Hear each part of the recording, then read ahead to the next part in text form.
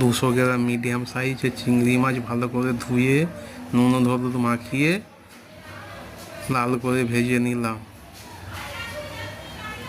তারপর কড়াই অল্প করে তেল দিয়ে 6টা গোলমরিচ, 4টে লবঙ্গ, কিছুটা দারচিনি দিয়ে তার সঙ্গে 4টে এলাচ,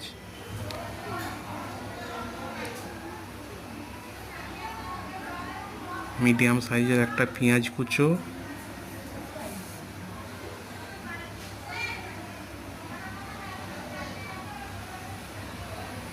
মিডিয়াম সাইজের একটা টমেটো কুচো,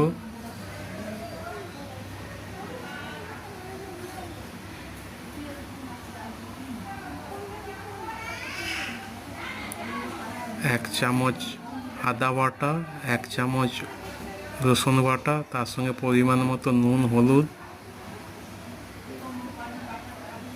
লঙ্কা গুঁড়ো দিয়ে অল্প করে জল দিয়ে একটু কষে সিদ্ধ করে নিলাম। তারপর 50 গ্রাম আমুল দুধ, তার সঙ্গে ধনে পাতা কুচো